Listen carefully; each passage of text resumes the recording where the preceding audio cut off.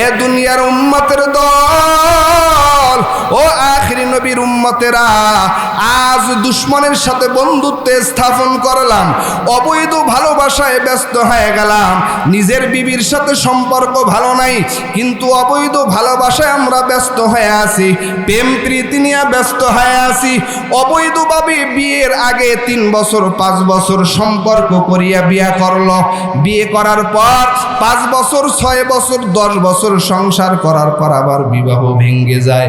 দেখা যায় বাংলাদেশের ভিতরে, আমি ইদানিং লক্ষ্য করলাম, এই বাংলাদেশের ভিতরে কিছু পুরুষ এমন আছে, বিবিকে ডিভোর্স দেওয়ার পর অথবা বিবি বিদায় নেওয়ার পর এই পুরুষগুলো দুধ দিয়ে গোসল করে পবিত্র হইতে চায়। আপনাদের কাছে জানতে চাই, দুধ দিয়ে গোসল করলে কি মানুষ পবিত্র হয়? এরা মজার গরির মজা, হাম্মুকের আহম্মক। এক তো হারাম করেছো, আবার হারামের উপরে হারাম করতেছো, কথা বলেন ঠিক কিনা? দুধ আল্লাহর পবিত্র নিয়ামত। গরুর রক্ত পানি করিয়া ঘাস আর গরুর পায়খানার মধ্য থেকে আল্লাহ পাক গাভীর থেকে দুধ দহন করে দেয়। আল্লাহ পাক একটা ছাগল থেকে দুধ দেয়। আরে দুধ তো মায়ের বুক থেকেও সন্তানেরা খায়। মায়ের দুধ থেকে একটা সন্তান 2.5 বছরের ভিতরে 40 মণ দুধ মায়ের থেকে একটা সন্তান চুষে চুষে খায়। এরে যুবক আল্লাহর গোলাম, আমার বলতে চাই, এই জমিনের ভিতরে যারা প্রেম প্রীতি কইরা স্যাট খাইয়া বিবাহ কইরা স্ত্রী বিদায় দিয়া এরপরে যারা দুধ দ্বারা গোসল করে, আমি বলতে চাই আপনাদের কাছে প্রশ্ন রাখি, বলেন ঠিকই পবিত্র না অপবিত্র?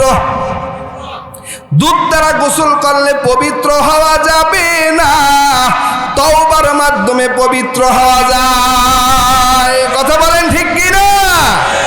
দুধের দিয়া গোসল করলে পবিত্র হবে না, তওবার মাধ্যমে পবিত্র হওয়া যায়।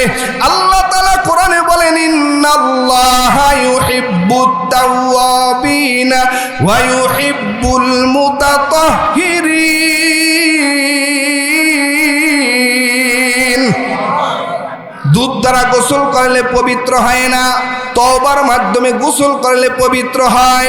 গুনাহ করেছো আর গুনাহ করবা না, খাটি দিলে তওবা করো আল্লাহর দরবারে। আয় আল্লাহ, প্রেম করেছি, অবৈধ ভালোবাসা করেছি, নিজের বিবি রেখে অন্য বিবির সাথে পরকিয়া করেছি, মহা অন্যায় করেছি, অতএব এই দুধ দিয়া গোসল করিয়া পবিত্র হব না, তওবা করে পবিত্র হব, কথা বলেন ঠিক কি না? বাংলার জমিনে যারা দুধ দ্বারা গোসল করে পবিত্র হতে চায়, ওরা নাপাকের উপরে নাপাক হয়। এক তো আল্লাহর পবিত্র নিয়ামতকে নষ্ট করতেছে, এটা এক গুনাহ। আল্লাহ বলেন, কুলু মিন তাইয়্যিবাতি মা রাযাকনাকুম, আমি আল্লাহর দেওয়া রিজিক তোমরা খাও। আল্লাহর দেওয়া রিজিক জান্নাতি নিয়ামত, দুধ নষ্ট করলাম, কথা বলেন ঠিক কি না? আল্লাহ পাক বলেন, ওয়ালা কুলু ওয়াশরাবু ওয়ালা তুসরিফু, বান্দা আমার দেওয়া রিজিক খাও এবং পান করো, কিন্তু অপচয় করিও না, নষ্ট করিও না। কিন্তু দুনিয়ার বাংলার জমিনে অনেক যুবকদেরকে দেখা যায়, অনেক নারীদেরকে দেখা যায়, স্বামী বিদায় দিয়া দুধ দ্বারা গোসল করে, আবার স্ত্রী তালাক দিয়া দুধ দ্বারা গোসল করে। এই গোসলের দ্বারা পবিত্র হওয়া যাবে না, বরঞ্চ অপবিত্রের উপরে আরো অপবিত্রই থেকে গেল, কথা বলেন ঠিক কি না? পবিত্র যদি হতে চাও, তওবার মাধ্যমে পবিত্র হও। এই জমিনের ভিতরে যারা পবিত্র হয়েছে, তাকওয়ার ঈমান আর তাকওয়ার আমল দ্বারা পবিত্র হয়েছে। মা রাবিয়া বসরি রহমাতুল্লাহি আলাইহা, বহুত আগের যুগের মানুষ, এত সুন্দর ছিল না, এত রূপ ছিল না, এত রূপ ছিল না, লাবণ্য ছিল না। রাবিয়া বসরির বাবা মাও বড় ধনী বংশের মেয়ে ছিল না। রাবিয়া বসরি একটা আদনা ফ্যামিলির মেয়ে হওয়ার পরেও আজও বাংলার জমিন না, তামাম পৃথিবীর মানুষগুলো রাবিয়া বসরির নামটা সম্মানের সাথে উচ্চারণ করে। এই রাবিয়া বসরির ভিতরে কি আছে যার কারণে সম্মানের সাথে উচ্চারণ করে? রাবিয়া বসরির ভিতরে আছে আল্লাহর ভয় আর তাকওয়া। অনেক বড় পাওয়ারফুল বাদশাহ, অনেক ক্ষমতা। বাদশাহ আকবর তিনি তেনার রাজ প্রাসাদে বসে আছেন, সামনে সমাধিতে মোমবাতি বাতি জ্বালানো আছে, তিনি রাজ্যের কাজ পরিচালনা করতেছিলেন। এমন সময় আকাশ থেকে ঝড় শুরু হলো। এই ঝড়ের বাতাসে তার সামনের সেই বাতিটা নিভিয়া গেল। বাদশাহ আকবর ভয়ে প্রকম্পিত হয়ে গেছে। এত অন্ধকার, অন্ধকারের উপরে অন্ধকার, দেখা যায় না। জুলুমাতুম বাদুহা ফাওকা বাদ, নবী যেইভাবে অন্ধকার যুগে আগমন করেছেন, এতই অন্ধকার হয়ে গেল যে নিজের হাত নিজে দেখে না। বাদশাহ আকবরের ভিতরে ভয় সঞ্চয় হলো। আমি এত বড় বাদশাহ, আমার ক্ষমতার কোনো অভাব নাই, আমার বডিগার্ডের কোনো অভাব নাই, এত কিছু থাকার পরেও আজ আমি আমার সামন থেকে এই অন্ধকার তাড়াইতে পারলাম না। না জানি আমার কবরের অবস্থাটা কেমন হয়। এই চিন্তায় তিনি বিভোর হয়ে আছেন, রাতের কোনো ঘুম নাই। বাদশাহ আকবর সকালবেলা টাইম মতো তিনি রাজপ্রাসাদে যখন ঢুকলেন, মন্ত্রী পরিষদে বসলেন, কিন্তু বাদশাহ আকবরের মন খারাপ। এত বড় একজন ক্ষমতাধর বাদশাহ, তার সামনে যে কেউ কথা বলবে সেই সাহসও কারণেই। কিন্তু একজন ব্যক্তি ছিলেন, তার নাম হলো বীরবল।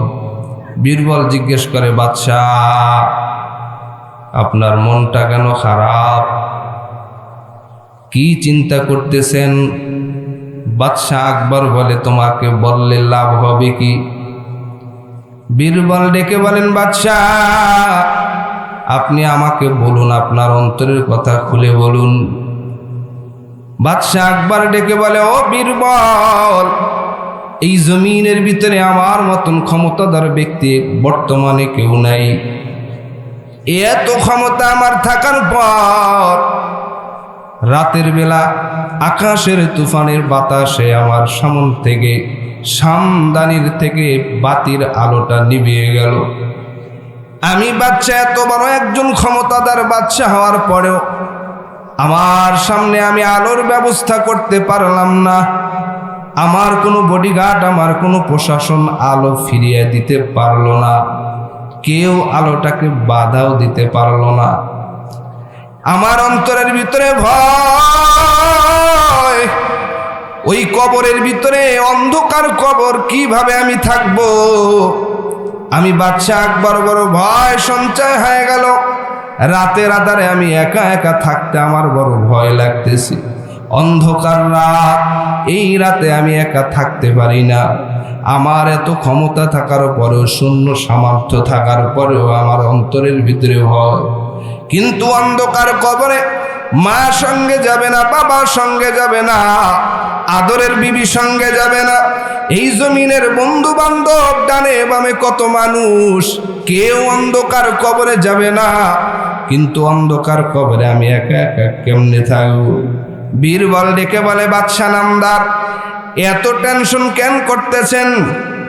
বীরবল যদিও বেঈমান ছিলেন, মুসলমান ছিলেন না। বীরবল বেঈমান হওয়ার পরেও একেবারে সত্য কথাটা বাদশার সামনে উপস্থিত করলেন। বাদশার সামনে উপস্থাপনা করে বলে, বাদশা নামদার, আপনাদের নবী হযরত মুহাম্মদুর রাসূলুল্লাহ সাল্লাল্লাহু আলাইহি ওয়াসাল্লাম এই জমিনের ভিতরে কতদিন জিন্দা ছিলেন, জীবিত ছিলেন? বাদশাহ আকবর ডেকে বলে, মাত্র 63 বছর। বীরবল ডেকে বলে, বাদশাহ নবীর 63 বছরের হায়াতের জিন্দেগিতে গোটা দুনিয়াটা আলোকিত করে ফেলছে। আপনার কাছে জানতে চাই, নবী দুনিয়ার থেকে বিদায় নিয়েছে কত বছর হয়েছে? ওই সময় বাদশাহ আকবর ডেকে বলেন, ও বীরবল, রহমতের নবী দুনিয়ার জমিন থেকে বিদায় নিয়েছে 800 বছর হয়েছে। বীরবল ডেকে বলে, দুনিয়ার জমিনে 63 বছরের হায়াতের জিন্দেগিতে যে আলো সবুজ জমিনে ছড়িয়েছেন, আল্লাহর রহমতে 800 বছর যেই কবরের ভিতরে আছে, এই কবরটাও কত আলো ছড়াইতেছে, যা আমি উপমা দিয়ে শেষ করতে পারবো না। ইমামুল আউয়ালিন আল আখিরিন বহরে সাদকা রাহমাতাল লিল আলামিন। এ নবীর উম্মতের দল, বীরবল ডেকে বলে, ও বাদশা নামদার, দুনিয়ার জমিনে যারা ওই উম্মতে মুহাম্মাদিরা নবীর সুন্নাত অনুযায়ী জীবন পরিচালনা করবে, এই দুনিয়ার জমিন হবে তাদের আলোকময়। শুধু তাই না, কবরের জিন্দেগিও হবে আলোকিত। কারণ এই নবীর ভিতরে উম্মতি মুহাম্মাদের জন্য রেখেছেন আদর্শ। আল্লাহ বলেন, লাকাদ কানা লাকুম ফি রাসূলিল্লাহি উসওয়াতুন হাসানা, তোমাদের জন্য উত্তম আদর্শ রেখে দিয়েছি মুহাম্মাদুর রাসূলুল্লাহ সাল্লাল্লাহু আলাইহি ওয়াসাল্লামের ভিতরে। সবাই বলেন সাল্লাল্লাহু আলাইহি ওয়াসাল্লাম। এই জমিনের ভিতরে সবচেয়ে বড় কিরপিনার কিফটা হলো যারা নবীর উপরে দুরূদ পড়ে না। কথা বলেন ঠিক কিনা? মহব্বতের সাথে বলেন সাল্লাল্লাহু আলাইহি ওয়াসাল্লাম। বেশি বেশি পরিমাণে নবীর উপরে দুরূদ পড়া। আমরা নবীর নাম শুনলে দুরূদ পড়ি না, নবীর নাম শুনলে বেশি বেশি দুরূদ পড়তে হবে। নবীর উম্মতের দল, রহমতের নবীর ভিতরে আল্লাহ পাক উত্তম আদর্শ রেখে দিয়েছেন। যারা নবীর আদর্শ মানবে, আমার নবীকে মাইল ফলক হিসাবে গ্রহণ করবে, আমার নবীকে নেতা হিসাবে মেনে নিবে, এই দুনিয়ার জমিনে হবে তাদের শান্তি, পরকালে জমিনে পাবে তারা জান্নাত। কথা বলেন ঠিক কিনা? এই দুনিয়ার ভিতরে আল্লাহ রাব্বুল আলামিন আপনাকে আমাকে প্রেরণ করেছেন। এই জমিনের ভিতরে যত নবী রাসূল আসছে, সকলের ভিতরে একটা দায়িত্ব নিয়ে নবীরা আসছেন। প্রত্যেক নবী রাসূলদের একটাই মাত্র কাজ ছিল, মানুষের কলবে নিয়ে মেহনত করেছেন। কিসের মেহনত? কলবের মেহনত। কলব যদি স্বচ্ছ হয়ে যায়, মানুষটা স্বচ্ছ হয়ে যাবে। কলব যদি পরিষ্কার হয়, মানুষটা পরিষ্কার হয়ে যাবে। শুধু সুরাতান মানুষ হলেই হবে না, ভিতরটা ভালো হতে হবে। কথা বলেন ঠিক কি না? আজ আমরা সুরাতান মানুষ, কিন্তু আসলে ভিতরটা আমাদের ভালো না। আদমিরা আদমিয়াত লাজে মাসুদেরা গরবুনা বাসত হায় জামাস। ভাইরা আমার, আল্লাহ পাক রব্বুল আলামিন এই জমিনের ভিতরে মানুষকে পাঠাইছেন। হে দুনিয়ার মানুষ, এই জমিনে মানুষ পাঠাইবার পর মানুষের পিছনে 4টা শত্রু লাগাইয়া দিয়েছেন। 4 দুশমন থেকে যদি মানুষ বেঁচে থাকতে পারে, এই মানুষটা দুনিয়াতেও হবে সফল কাম, পরকালে পাবে জান্নাত। আমাদের দুশমন কয়জন? জোরে বলেন, আরো জোরে বলেন, কয়জন? নারায়ে তাকবীর! আল্লাহু আকবারের আওয়াজ দিতে কোনো ভয় আছে নাকি? মহব্বতের সাথে বলেন আল্লাহু আকবার, লিল্লাহে তাকবীর। আজকের মাহফিল সফল হোক, সফল হোক। জোরে আওয়াজ করে বলেন আজকের মাহফিল। ও এলাকার মা বোনেরা, ও যুবক ভাই, ও বৃদ্ধ বাবারা, আজ এই এলাকার মানুষ বড় ভাগ্যবান মানুষ। এই এলাকার মধ্যেখানেরা বড় খুশি। জমিনের ভিতরে ঘরে ঘরে মানুষ, আপনারা যারা আসছেন, আপনারা যতটুকুন খুশি, তার থেকে কোটি কোটি গুণ খুশি হলো কবরওয়ালারা। কথা বলেন ঠিক কি না? এ দুনিয়ার উম্মতের দল, ও নবীর উম্মত, আমাদের 4 দুশমন থেকে যদি আমরা বিরত থাকতে পারি, এই দুনিয়ার জমিনে পাবো আমরা সফলতা, পরকালের জমিনে পাবো আল্লাহর তৈরি জান্নাত। দুশমনের দাল দ্বারা দুনিয়া, এই দুনিয়া একটা মানুষের দুশমন। ভালো করে খেয়াল করেন, ওয়ামাল হায়াতুদ দুনিয়া ইল্লা মাতাউল গুরুর।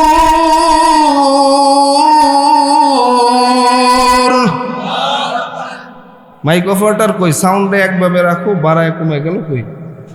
হ্যাঁ, দুশমনের দাল দ্বারা কি কথা কেন?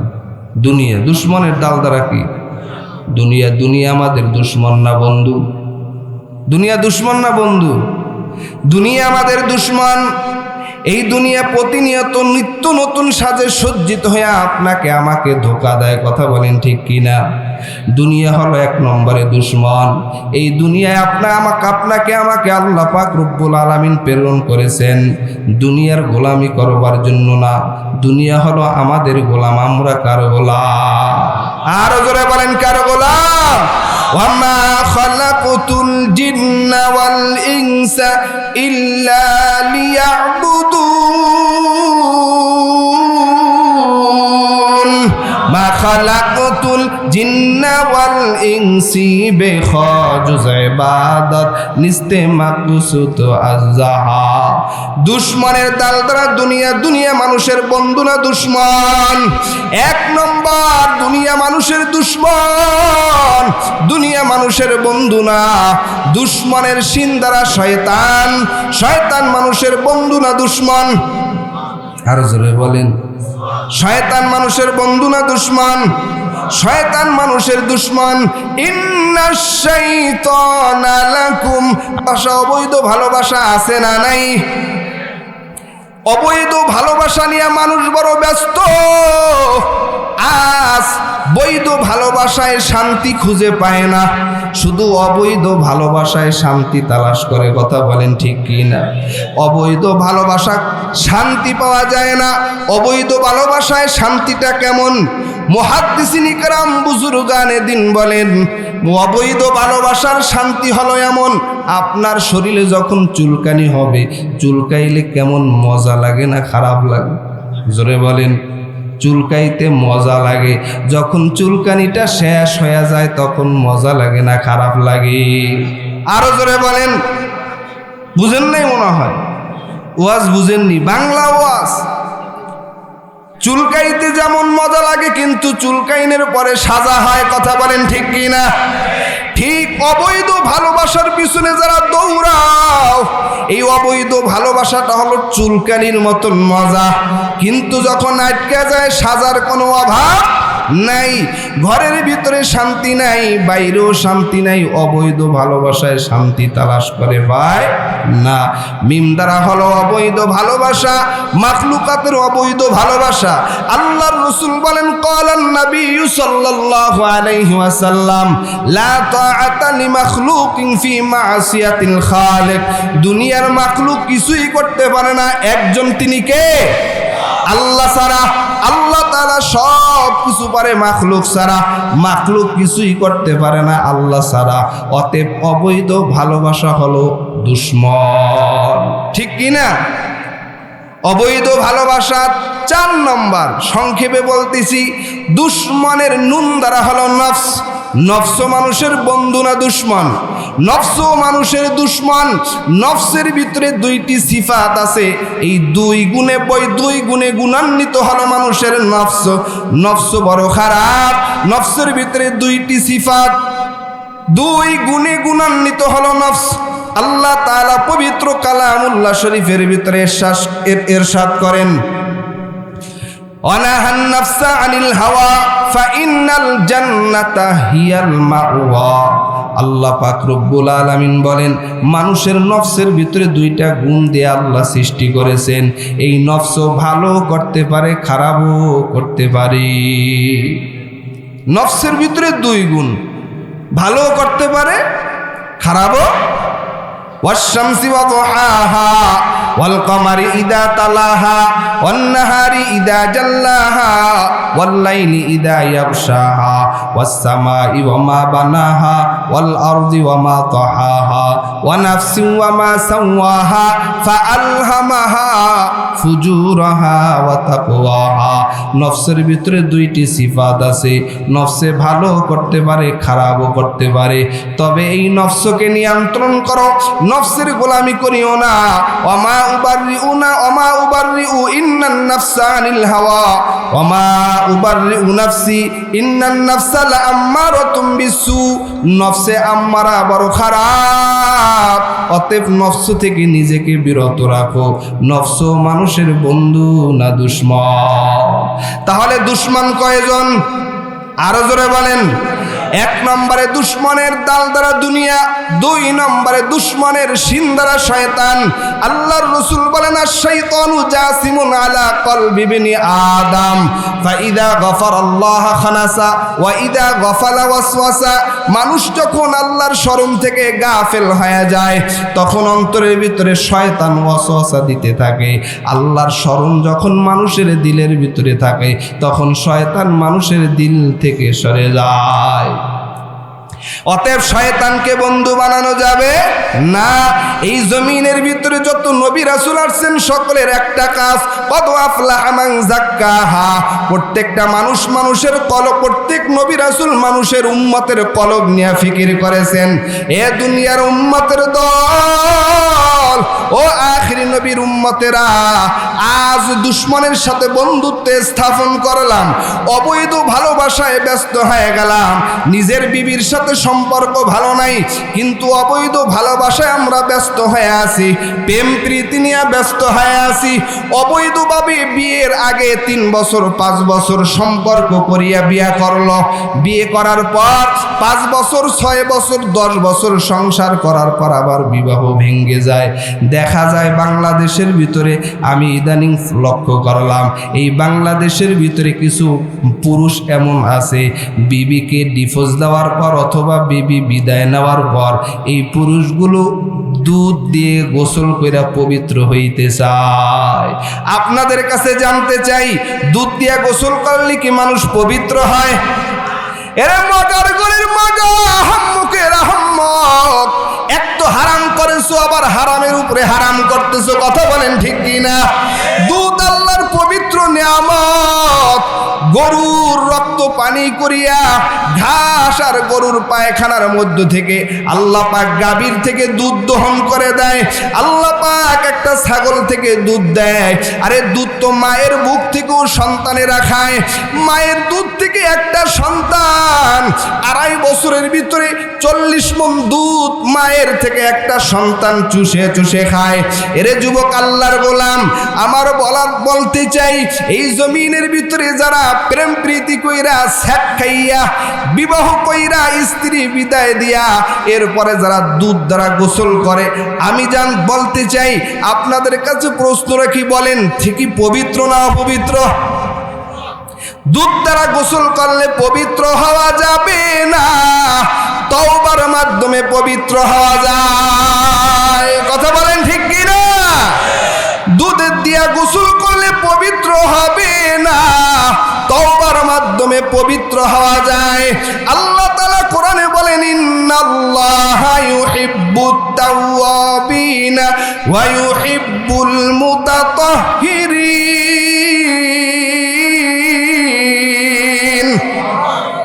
দুধ দ্বারা গোসল করলে পবিত্র হয় না, তওবার মাধ্যমে গোসল করলে পবিত্র হয়। গুনাহ করেছো আর গুনাহ করবা না, খাতে দিলে তওবা করো আল্লাহর দরবারে। আয় আল্লাহ, প্রেম করেছি, অবৈধ ভালোবাসা করেছি, নিজের বিবি রেখে অন্য বিবির সাথে পরকিয়া করেছি, মহা অন্যায় করেছি, অতএব এই দুধ দিয়া গোসল করিয়া পবিত্র হব না, তওবা করে পবিত্র হব, কথা বলেন ঠিক কি না? বাংলার জমিনে যারা দুধ দ্বারা গোসল করে পবিত্র হতে চায়, ওরা নাপাকের উপরে নাপাক হয়। এক তো আল্লাহর পবিত্র নিয়ামতকে নষ্ট করতেছে, এটা এক গুনাহ। আল্লাহ বলেন, কুলু মিন তাইয়্যিবাতি মা রাযাকনাকুম, আমি আল্লাহর দেওয়া রিজিক তোমরা খাও। আল্লাহর দেওয়া রিজিক জান্নাতি নিয়ামত, দুধ নষ্ট করলাম, কথা বলেন ঠিক কি না? আল্লাহ পাক বলেন, ওয়ালা কুলু ওয়াশরাবু ওয়ালা তুসরিফু, বান্দা আমার দেওয়া রিজিক খাও এবং পান করো, কিন্তু অপচয় করিও না, নষ্ট করিও না। কিন্তু দুনিয়ার বাংলার জমিনে অনেক যুবকদেরকে দেখা যায়, অনেক নারীদেরকে দেখা যায়, স্বামী বিদায় দিয়া দুধ দ্বারা গোসল করে, আবার স্ত্রী তালাক দিয়া দুধ দ্বারা গোসল করে। এই গোসলের দ্বারা পবিত্র হওয়া যাবে না, বরঞ্চ অপবিত্রের উপরে আরো অপবিত্রই থেকে গেল, কথা বলেন ঠিক কি না? পবিত্র যদি হতে চাও, তওবার মাধ্যমে পবিত্র হও। এই জমিনের ভিতরে যারা পবিত্র হয়েছে, তাকওয়ার আর ঈমান আর তাকওয়ার আমল দ্বারা পবিত্র হয়েছে। মা রাবিয়া বুসরি রহমাতুল্লাহ আলাইহা, বহুত আগের যুগের মানুষ, এত সুন্দর ছিল না, এত রূপ ছিল না, এত রূপ ছিল না, লাবণ্য ছিল না। রাবিয়া বসরির বাবা মাও বড় ধনী বংশের মেয়ে ছিল না। রাবিয়া বসরি একটা আদনা ফ্যামিলির মেয়ে হওয়ার পরেও আজও বাংলার জমিন না, তামাম পৃথিবীর মানুষগুলো রাবিয়া বসরির নামটা সম্মানের সাথে উচ্চারণ করে। এই রাবিয়া বসরির ভিতরে কি আছে যার কারণে সম্মানের সাথে উচ্চারণ করে? রাবিয়া বসরির ভিতরে আছে আল্লাহর ভয় আর তাকওয়া, ঈমান আর আমল, তাকওয়ার আমল। তাকওয়ার আমল থাকার কারণে রাবিয়া বসরি আল্লাহর কাছে বড় দাম। এত দামি রাবিয়া বসরি, যেই রাবিয়া বসরি আল্লাহ তাআলার মারিফতের সাগরের ভিতরে দৌড়ায়। রাবিয়া বসরির বিবাহর পর স্বামী অসুস্থ হয় দুনিয়ার থেকে বিদায় নিলেন। স্বামী বিদায়ের পর স্বামী যখন অসুস্থ ছিলেন স্বামীর সেবা করতেন। ও পর্দার আড়ালের মা বোনেরা, রাবেয়া বসরি স্বামীর খেদমত করিয়া স্বামীর কাছ থেকে দোয়া নিয়া স্বামীর কাছে বলতেন, স্বামী হে, আপনার এখন এই রাতের বেলা কিছু প্রয়োজন আছে নাকি? রাবেয়া বসরির স্বামী বললেন, না, আমার কিছু প্রয়োজন নাই। তখন রাবেয়া বসরি স্বামীর খেদমত থেকে সরিয়া যায় নামাজ বিছায়া আল্লাহর কুদরতি কদমে নামাজে দণ্ডায়মান হয়েছি। মকুন সুস্তি নামাজে পাঞ্জে গানা ফাওয়াইলুল লিল মুসাল্লিন আল্লাযিনা। নারায়ে তাকবীর। এই রাবেয়া বসরির স্বামী ইন্তেকালের পরে রাবেয়া বসরির বান্ধবীরা বলে, ও রাবেয়া বসরি, এখনো তো তুমি যুবতী মহিলা, তুমি বিবাহ করো। বলে, না, আমি বিবাহ করব না, বিবাহ বসবো না। বলে, ভালো পাত্র আছে, কে পাত্র, কে আমাকে বিবাহ করবে? ওই জমানার ভিতরে শ্রেষ্ঠ আলেম, শ্রেষ্ঠ বুজুর্গ হাসান বসরি রহমাতুল্লাহ আলাই তোমাকে বিবাহ করার জন্য রাজি। তুমি হাসান বসরির কাছে বিবাহ বসবানি। রাবেয়া বসরি বলে, আমার 3টা প্রশ্নের জবাব যে দিতে পারবে আমি তার কাছে বিবাহ বসতে রাজি আছি। 3 প্রশ্নের জবাব যে দিতে পারবে না আমি তার কাছে রাবেয়া বসরি বিবাহ বসতে রাজি না। ও পর্দার আড়ালের মা বোনেরা, রাবেয়া বসরি এবং হাসান বসরিকে পর্দার আড়ালে বসায়া দেওয়া হলো। রাবেয়া বসরি প্রশ্ন করেছেন, ও হাসান বসরি, আপনি আমাকে বিবাহ করতে চান, আপনার কাছে আমার 1 নম্বর প্রশ্ন।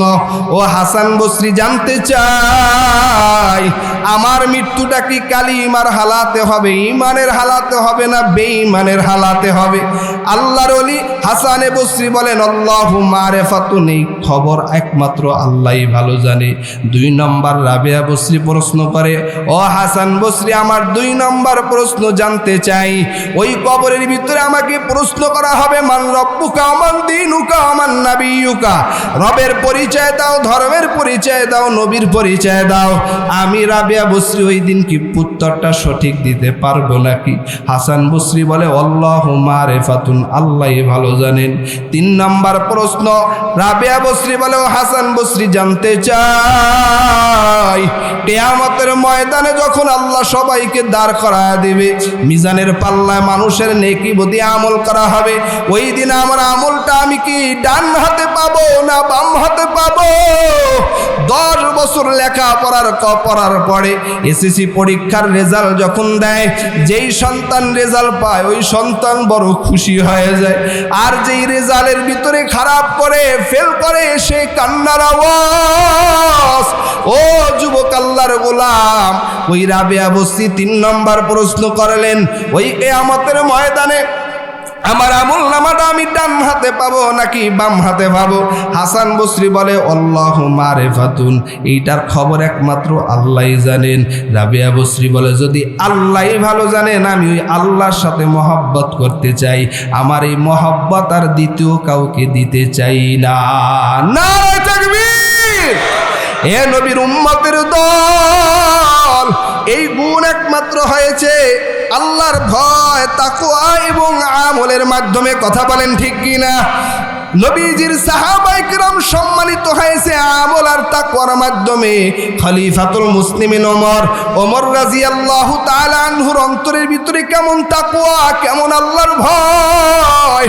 এই ওমর রাদিয়াল্লাহু তাআলা আনহু যখন ইন্তেকাল করলেন, তাকে যারা গোসল করাইলেন, গোসল করানোর পর তাকে দেখেন ওমরের পিঠের ভিতরে চাবুকের দাগ দেখা যায়। মানুষ বলতেছেন, ওমর এত বড় বাদশাহ, অর্ধ পৃথিবী শাসন করেছেন, 10 থেকে 10.5 বছর পর্যন্ত যিনি রাষ্ট্র পরিচালনা করেছেন, যেই ওমরের ভয়ে শয়তান দূর হয়ে যাইতো, যেই রাস্তা দিয়ে ওমর চলতো এই রাস্তা দিয়া 40 দিন পর্যন্ত শয়তান চলাফেরা করতো না। এত বড় একজন পাওয়ারফুল খলিফাতুল মুসলিমিন ওমর, এই ওমরের গায়ে কে বেতের আঘাত করেছেন?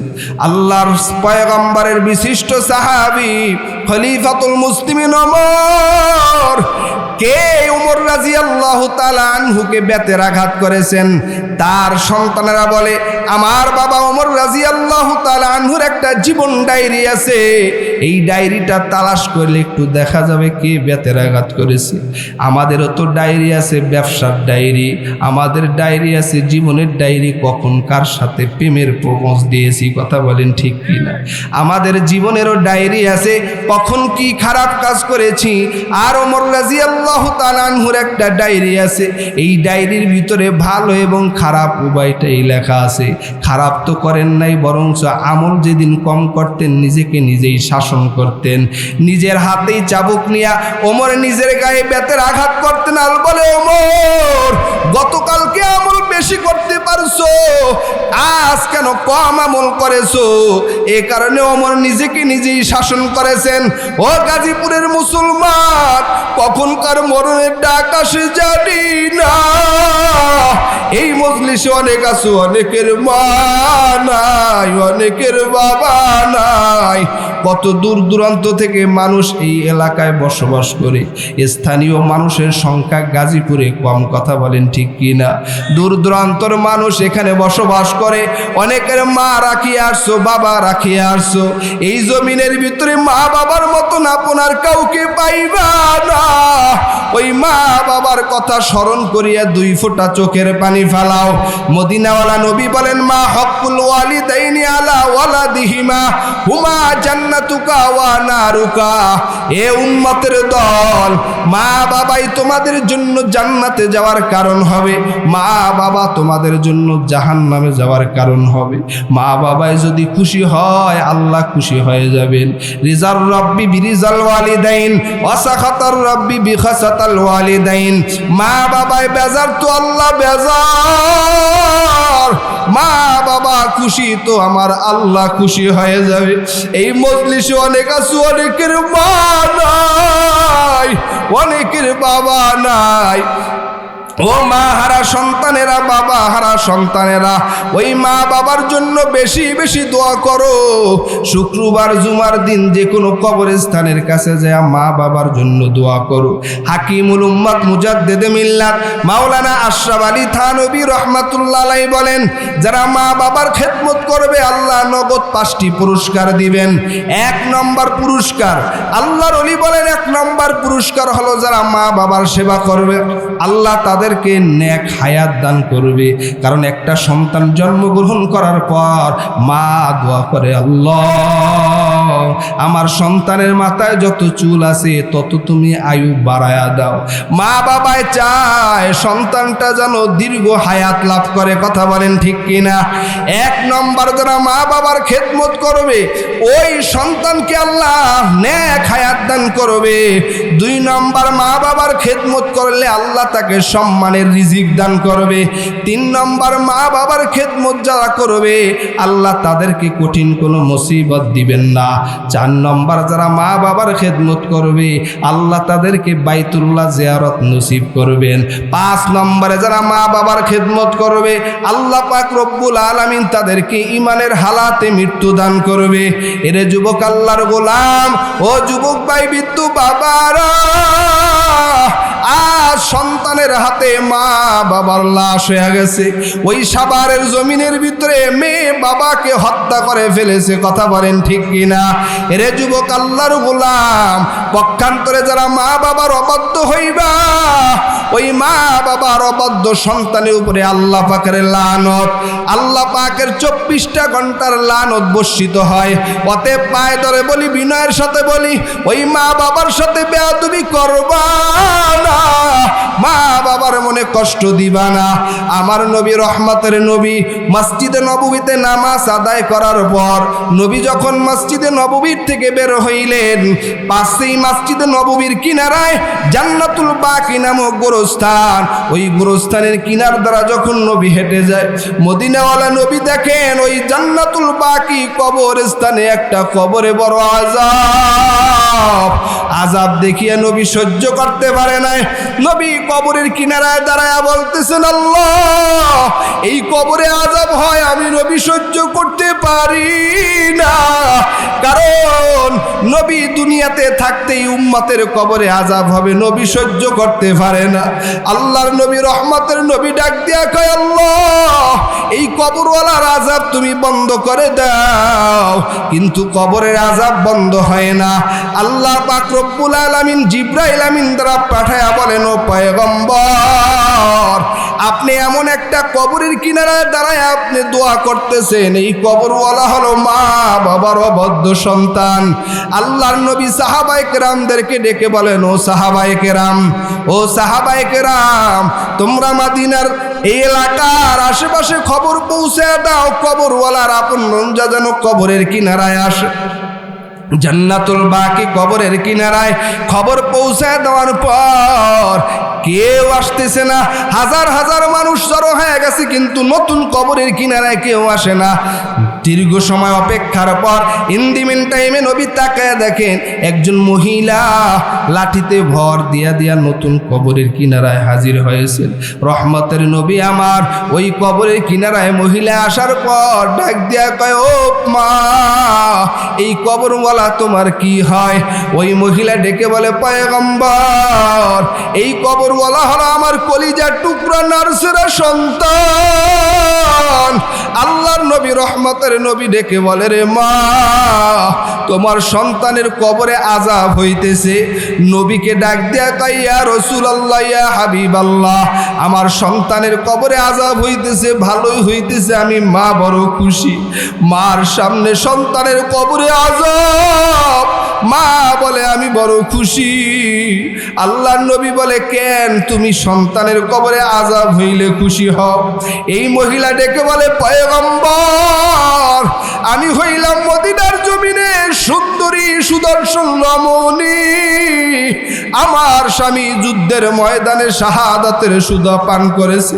ও নবী আমার, এই সন্তানটা দুনিয়াতে আসে নাই। সন্তান যখন আমি মায়ের পেটে, তখন আমার স্বামী শাহাদাতের সুধা পান করে কবরে চলে গেছেন। ও পয়গম্বর, সন্তান দুনিয়াতে আসার পর বাবার চেহারাটা দেখেন নাই। আমি মা সন্তানকে নিয়ে বড় কষ্ট করে লালন পালন করেছি।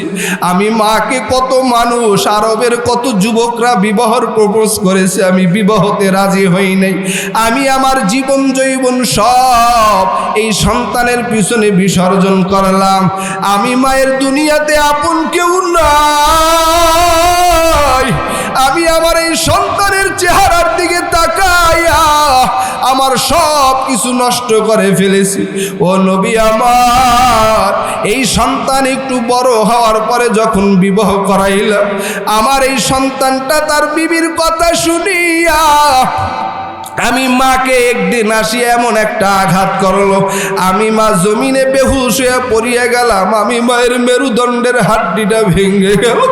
কত যুবক ওই মায়ের গায়ে আঘাত করো, কত সন্তানেরা বাবার গায়ে আঘাত করো। এই জমিনের ভিতরে মা বাবার মতন আপনার কাউকে পাইবা না। আল্লাহর নবী, রহমতের নবীর সামনে মহিলা কান্নার আওয়াজ দিয়া বলে, পয়গম্বর, আমি মা আজ আপনার কাছে হাঁটিয়ে আসতে পারি নাই, লাঠিতে ভর দিয়া আসছি। ও নবী, এই সন্তানের কবরে আযাব হইতেছে তো ভালোই হইতেছে। আল্লাহর নবী, রহমতের নবী আমার আল্লাহর কাছে দোয়া করেন, আল্লাহ, তুমি এই মহিলাটাকে কবরের আযাব দেখার সুযোগ করে দাও। কারণ বাদুর থাকে বন বাগানে, বাচ্চা রাখে বুকে, দুঃখ যত আসুক না কেন বাচ্চা ছাড়ে না মা দুঃখে। কথা বলেন ঠিক কি না?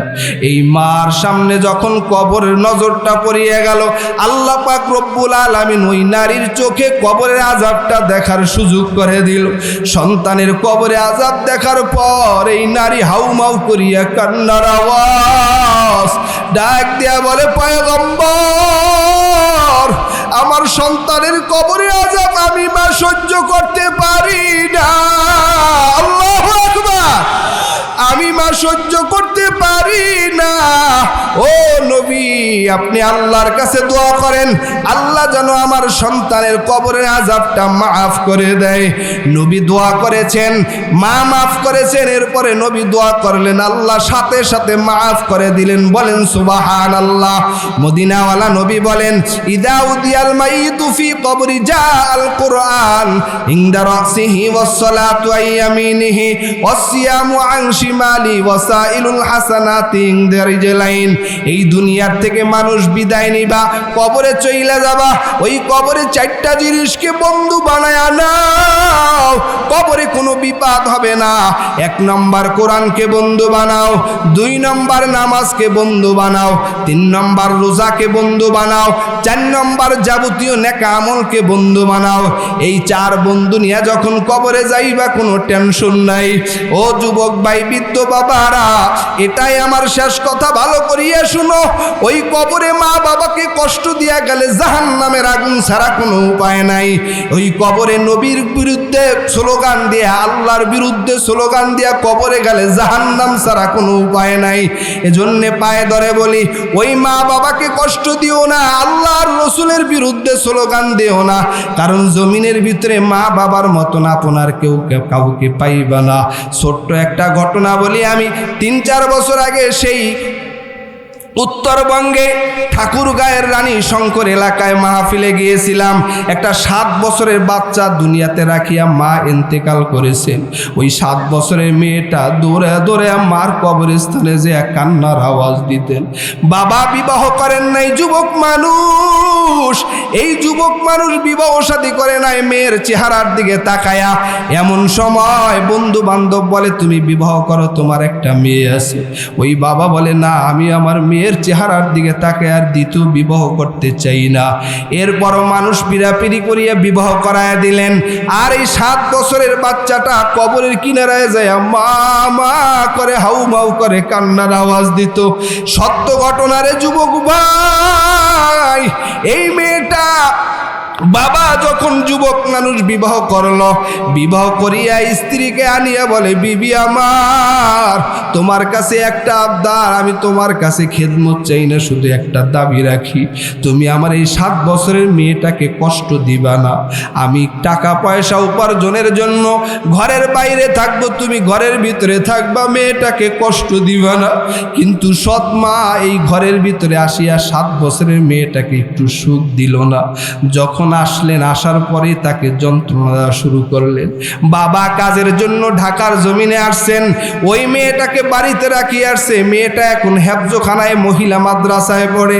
7 বছরের মেয়েটা দ্বারা ওই সৎ মা সব কাজই করাইতে চায়, থালা বাটি ধোয়া থেকে শুরু করে নিয়ে এমনকি আঘাত মাঝে মাঝে লাকড়ি দিয়া বাড়ি দিতেন। আর মেয়েটা মার কবরের কিনারায় যে কান্না করতে আর বলতেন, মা তুমি এমন পচা হয়ে গেল মা, 7 বছর পর্যন্ত নিজের হাতে খাওয়াইছো, আজ তুমি বিদায় হওয়ার পর আমাকে কেউ খাওয়াইয়া দেয় না রে মা, আমাকে কেউ গোসল করাইয়া দেয় না, আমাকে কেউ কাপড় পরাইও দেয় না। ও মা হারা সন্তানেরা, বাবা হারা সন্তানেরা, ওই মা বাবা হলো জমিনে গাছের মতন একটা ছায়া। পায়ে হাত রেখে বলে যাই, ওই মা বাবাকে কষ্ট দিও না, মা বাবার মনে দুঃখ দিও না, নামাজ বাদ দিও না, রোজা বাদ দিও না। ও বিবিরা স্বামীর খেদমত করো, স্বামীকে কষ্ট দিও না, স্বামীরাও বিবিকে কষ্ট দিও না। খাঁটি দিলে তওবা করো, গুনার কাজ করবো না, নেকের কাজ ছাড়বো না। আত্মাকে পরিশুদ্ধ করিয়া কবরে যাও, আল্লাহর জিকির করো, আল্লাহওয়ালা ভালো মানুষের সাথে সম্পর্ক রাখো, এরপরে আল্লাহকে রাজি খুশি করিয়া কবরে যাও। খাঁটি দিলে তওবা করেন, গুনার কাজ করবো না, নেকের কাজ ছাড়বো না। কারা কারা রাজি আছি 2টা হাত জায়গায় আল্লাহকে দেখা দেই। নারে তাকবীর! আল্লাহ কবুল করেন বলি আমিন। ভাইরা আমার, নবী বলেন দুনিয়ার থেকে মানুষ চলে যাবে, সব কিছু বন্ধ হয়ে যাবে, তবে আমলের 3টা রাস্তা খোলা আছে। আপনি ডিফুজি করবেন, মৃত্যুর পরে ডিফুজি বন্ধ হয়ে যাবে। কথা বলেন ঠিক কিনা? হ্যাঁ, আপনার ডিপোজিট ক্লোজ হয়ে যাবে, আপনার নাম ট্রান্সফার হয়ে ওয়ারিশটা সম্পদ বন্টন করে নিয়ে যাবে। আল্লাহর রাসূল বলেন, ইদা মাতাল ইনসান ইনকাতা আনহু আমালুহু ইল্লা মিন সালাসা, ইল্লা মিন সাদকাতিন জারিয়া আও ইলমিন ইনতাফাউ বিহি আও ওয়ালাদিন সালিহিন ইয়াদউলা। তিনটা জিনিস জারি থাকবে কিয়ামত পর্যন্ত, একটা ডিপোজিট করে যাইবেন কিয়ামত পর্যন্ত, নেকি জারি থাকতে থাকবে। কোন সুবহানাল্লাহ। এক নম্বর হলো ইদা মাতাল ইনসান, নেক সন্তান দুনিয়াতে রাইখা যাওয়া। নেক সন্তান, কি সন্তান? নেক সন্তান। 2 নম্বরে সদগায়ে জারিয়া, 3 নম্বরে উপকৃত এলেম।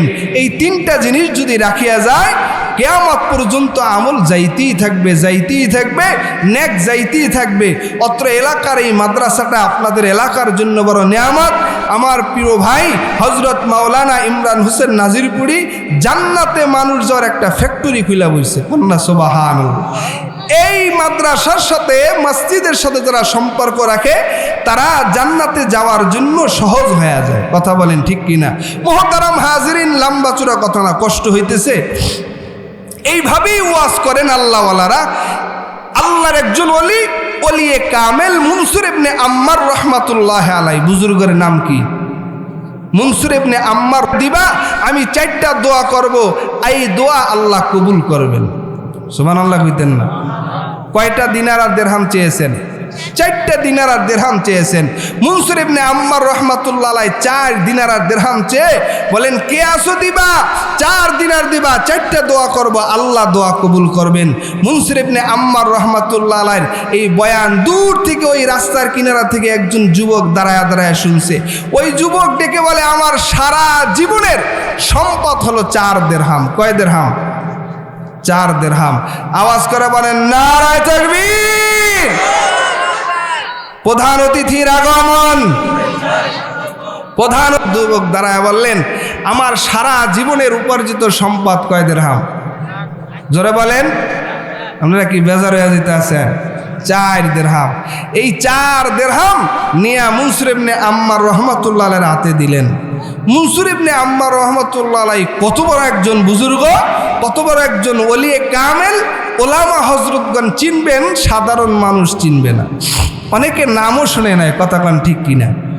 এই মনসুর ইবনে আম্মার রহমাতুল্লাহ আলাইহির তার হাতে 4টা দিনার আর দিরহাম দিয়ে এখন যুবক বলে, বলো তোমার কি দোয়া আছে, কি চাও, কি চাও তুমি?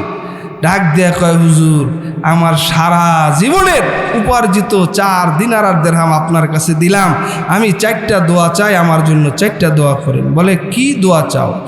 1 নম্বর দোয়া হলো, আমি হইলাম একজন গোলাম, কাজ করি, দোয়া করবেন আল্লাহ যেন আমাকে এই গোলামের জিনজির থেকে মুক্তি দান করে। সুবহানাল্লাহ কইেন না? আরো আস্তে করে কান, মহিলারা শুনবে তো। আরো আস্তে কন। আস্তে যদি কন বিপদে পড়বেন, বিপদে পড়বেন। বর্তমান পরিবেশ পরিস্থিতি তেমন ভালো না। আপনি যে ওয়াজ মাহফিলে বসছেন, মহিলারা মাইকে কান লাগায়া বসে রয়েছে, আপনি যা বলবেন যে আমি ওয়াজে গেছিলাম, এটা বুঝবো কেমনে? যদি জোরে সুবহানাল্লাহ, আল্লাহু আকবার এই কথাবার্তা জোরে না কন, তাহলে মহিলারা কবে তুমি ওয়াজে গেছো না কই গেছো, হিসাব দিয়ে ঘরে ঢুকো। কথা কন ঠিক কিনা? তো চিল্লা জোরে কন সুবহানাল্লাহ। 4 দিনার আর দিরহাম দিয়া কয় 4টা দোয়া। 1 নম্বর দোয়া হলো, আমি হইলাম একজন গোলাম, দোয়া করবেন আল্লাহ যেন আমাকে গোলামের জিন্দির থেকে মুক্তি দান করে। 2 নম্বর, আমি এমন মালিকের গোলাম, এই মালিক হইল ইহুদি। মালিক কি? দোয়া করবেন আল্লাহ জানি তারা ঈমান দান করে। আরো আস্তে করে এখন, বাঙালি আস্তে বলে জোরে করে, চিল্লা জোরে করেন সুবহানাল্লাহ। 3 নম্বর দোয়া করবেন, এই আমার তো কোনো সম্পদ নাই, সারা জীবনের 4 দিরহাম তো দিয়েই দিলাম, আল্লাহ যেন আমাকে দুনিয়ার জিন্দিগিতে সচ্ছলতার জিন্দিগি দান করে, চলার মতন জানি সম্পদ দান করে। 4 নম্বর, আল্লাহ যেন জাহান্নাম থেকে মুক্তি দিয়া জান্নাত দান করে। এই 4টা জিনিস চান না কারা কারা? 2টা আজ জায়গায় সোজা হইয়া দাঁড়ায় যান। 4 জিনিস কে কে চান না? আসেননি কেউ?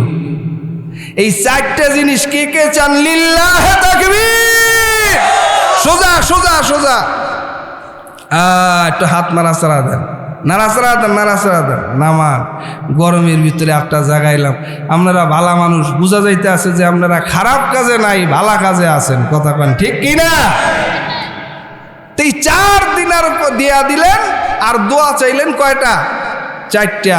মনসুর ইবনে আম্মার রহমতুল্লাহ দোয়া শুরু করে দিলেন, আল্লাহর কাছে ফরিয়াদ শুরু করে কয়, আল্লাহ